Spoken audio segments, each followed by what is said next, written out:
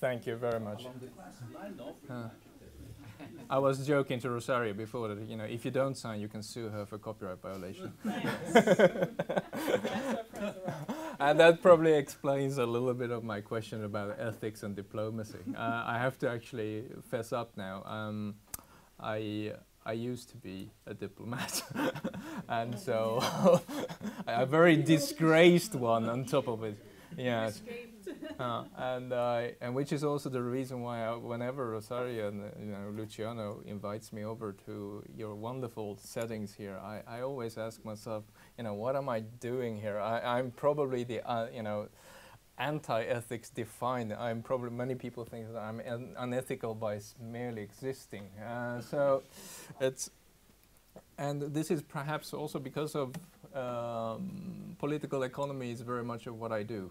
Political economy, international relations, but also political economy of economic policy in general.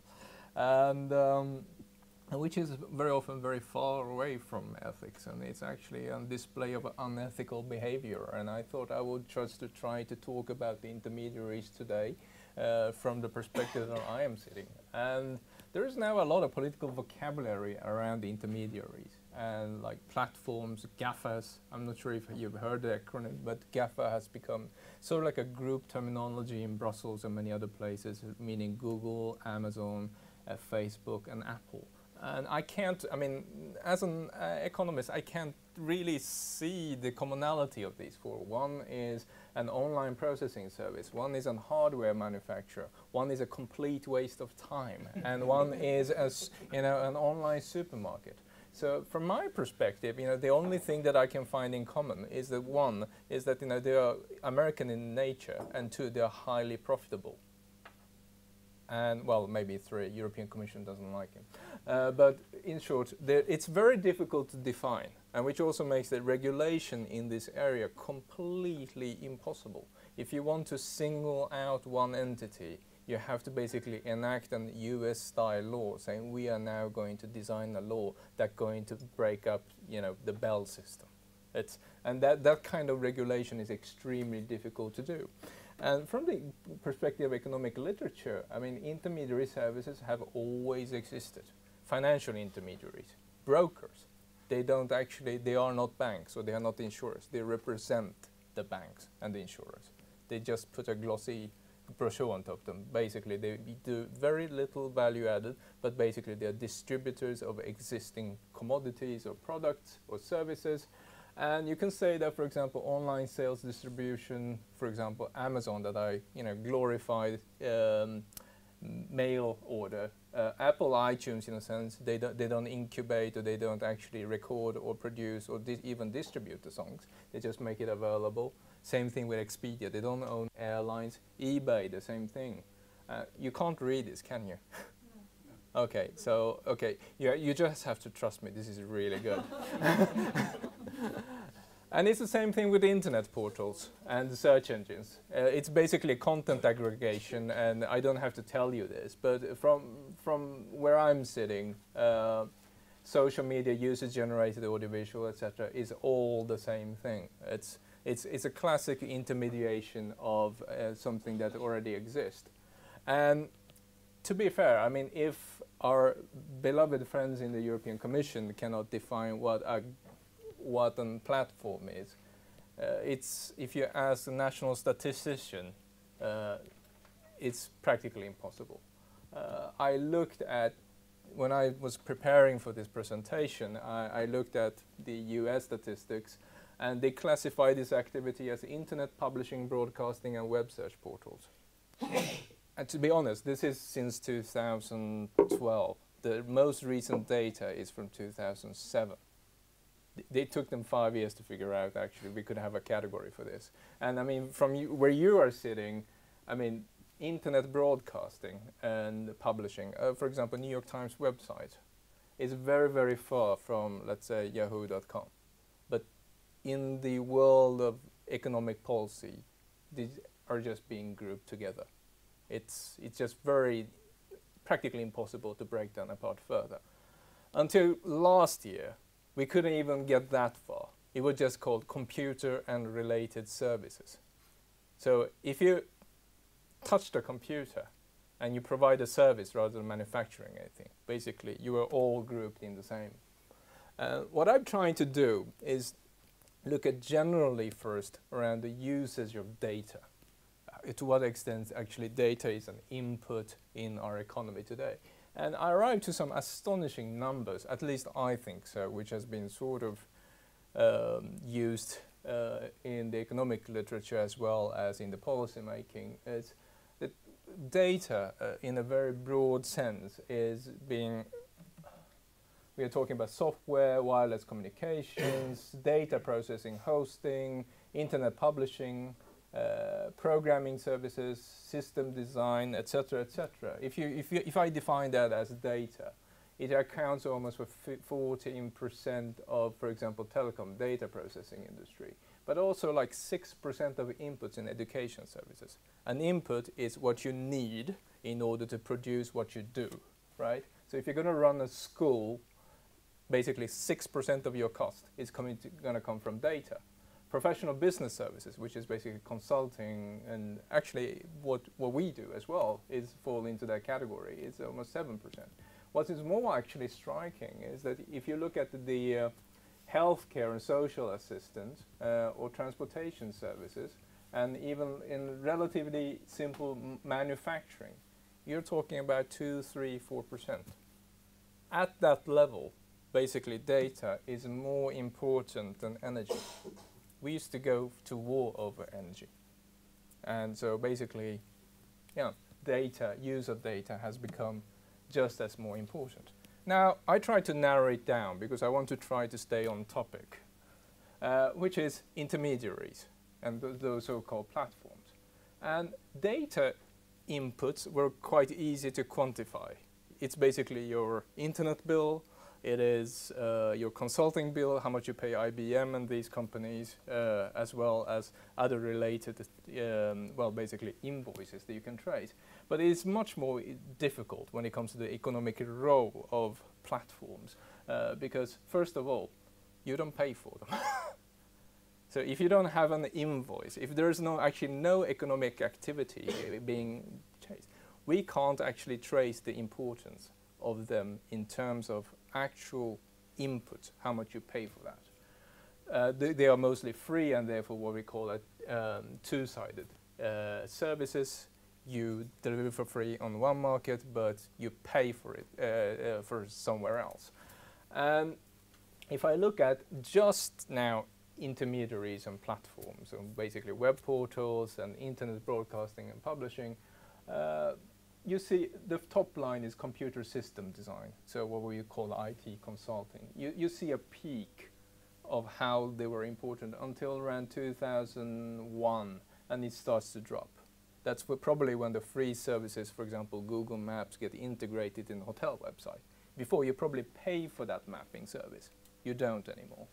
And in the same way, you see a steady growth of software publishing across the line, and professional scientific and technical services. And these are probably non-free intermediaries that you need to publish your journals, or it could be technical, well, more niche online actors that actually charge you for your service. But in terms of total industry, the input is 0.3%, which has now increased to 0.6%. The economic impact in terms of input is therefore quite low compared to big data. But there's another dimension to this, which is if you look at, I'm now looking at the US statistics, that if I look at the broader category of computer-related services, it has increasingly become pure American. The supply chain fragmentation that we hear about, the globalization, that the phone is made everywhere, that's not necessarily the case when it comes to services. So when it comes to online services, the global competitiveness of the US economy is very, very evident. At the same time, the ICT technology, of course, enable a lot of other things. So for example, we calculate that about half of all services trade, banking, transport, logistics, insurance, entertainment services, professional service consulting. Half of global trading services depend on digital infrastructure in some form. We have the phenomenon of micro multinationals, meaning, for example, eBay has suddenly made people in Kenya able to export textile products, which they weren't able to do before. So it's actually the big tail who couldn't engage in the international trade. They have now suddenly gone completely, by going online, they have actually managed to go global. And so, what does that tell us going back to the platform? So despite this brave new world, is that the higher usage of online intermediaries, the lower total factor productivity. So the more you use intermediaries, at first sight, it appears like the firms and the sectors that do so are less productive. I think I can answer perhaps to a certain extent is that that's maybe the Facebook at work effect. But remember, we don't actually pay for them. There are a couple of reasons why this graph is, I think, not sound. One is that it's based on a very short period of observation, 2007. This is basically before the iPhones. The second, before digital actually went mobile. And the second aspect is that we have one outlier here, which is business services. So consultants and accountants, legals, etc., researchers, they're out there. They don't belong to the most productive service. And since we have such a small sample, statistically, if you remove that, you actually have a very clear blue line. Just try to be a little bit honest and show you that the entire data set and not just hiding one observation that screws up the entire graph. So we can see an effect, but we can't measure it on inputs. So where can we look at it?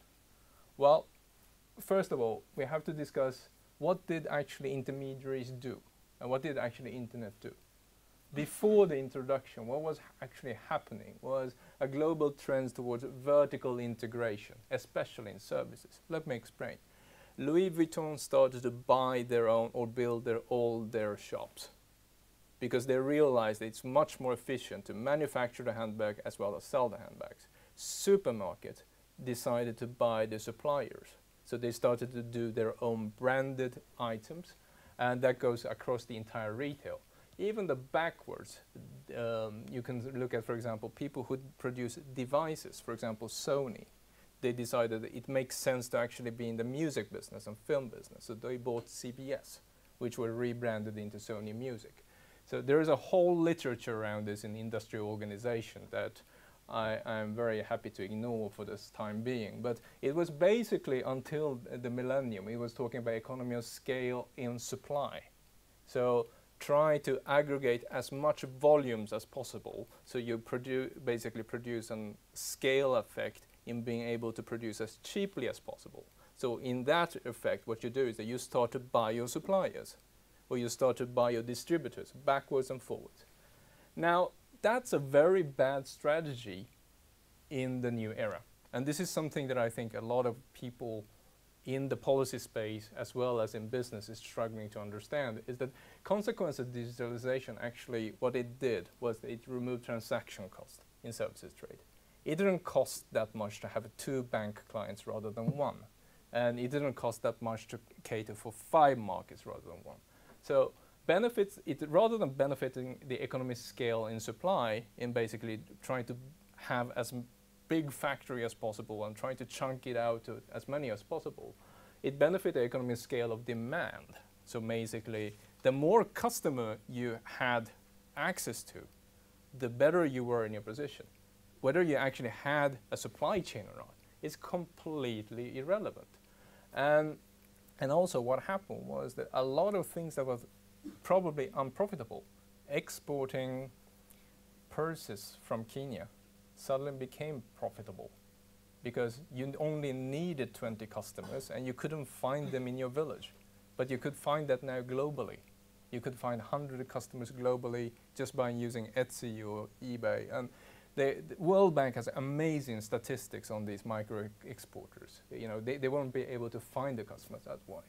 And so, in short, this has basically turned around the European industrial policy because we are not used to this. We are used to having an environmental transaction cost, and definitely the two-sided economies has created certain sensitivities. And let's start with the media industry.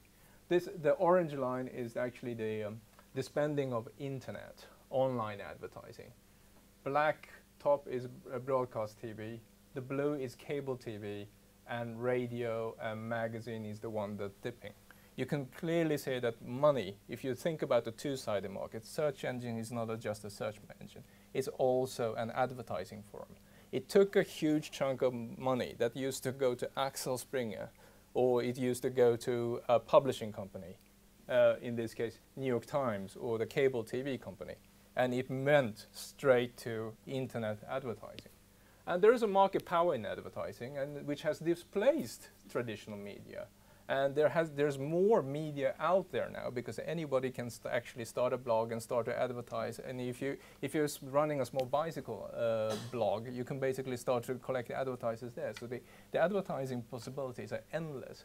But basically, the fragmentation and the concentration digital has practically moved the whole thing towards basically intermediaries, and you can't go online without intermediaries.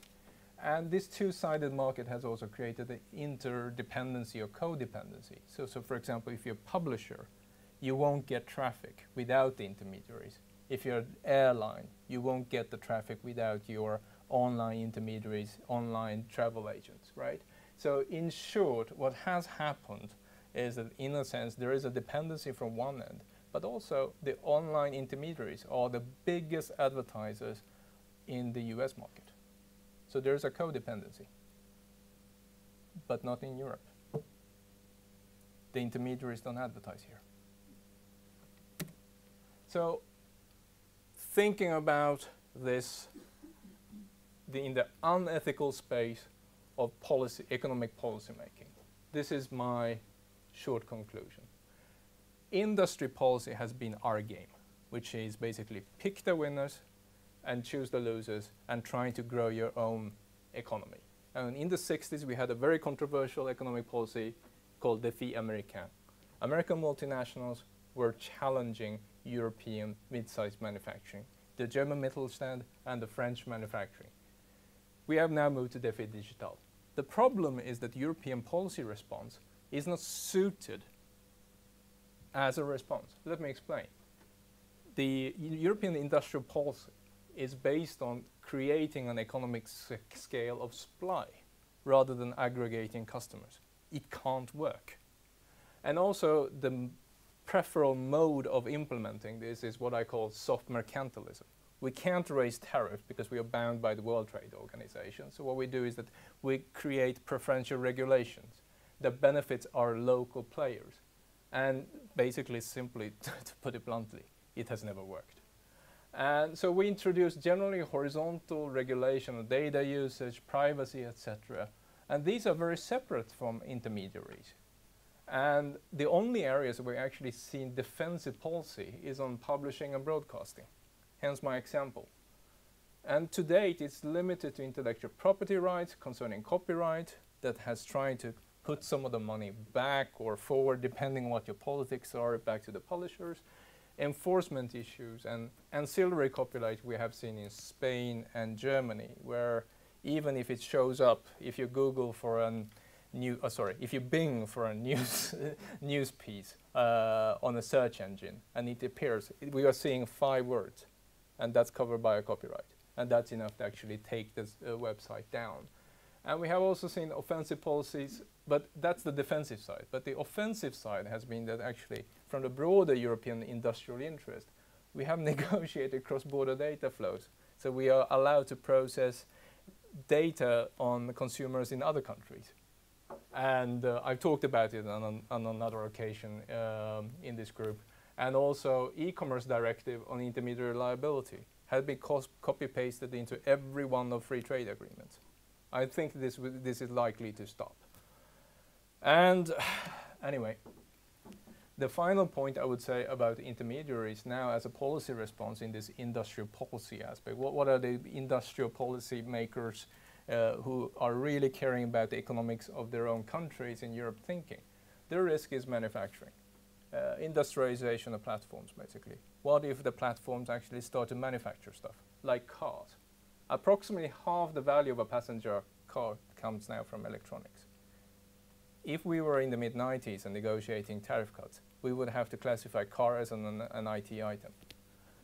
And some industrial dependency is starting to materialize. Some policymakers in Europe, as well as, for example, in China, are trying to cut in competition deals saying, well, if you are going to buy another company, another intermediary, you have to make sure, for example, that your platform, software platform is free forever. One example is when Google bought Motorola, Chinese competition policy wrote a contract that they were forced to sign, say, you have to, one, give up your patents, number two, you have to assure us that, what you call your platform? Android.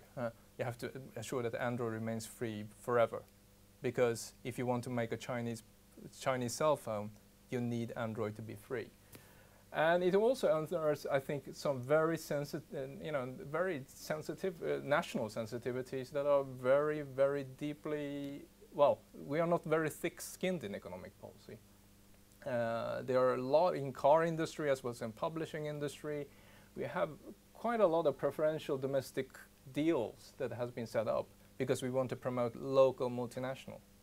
So if we design a competition system to make sure that we always win, but if somebody enters through the back door, suddenly the system doesn't hold anymore.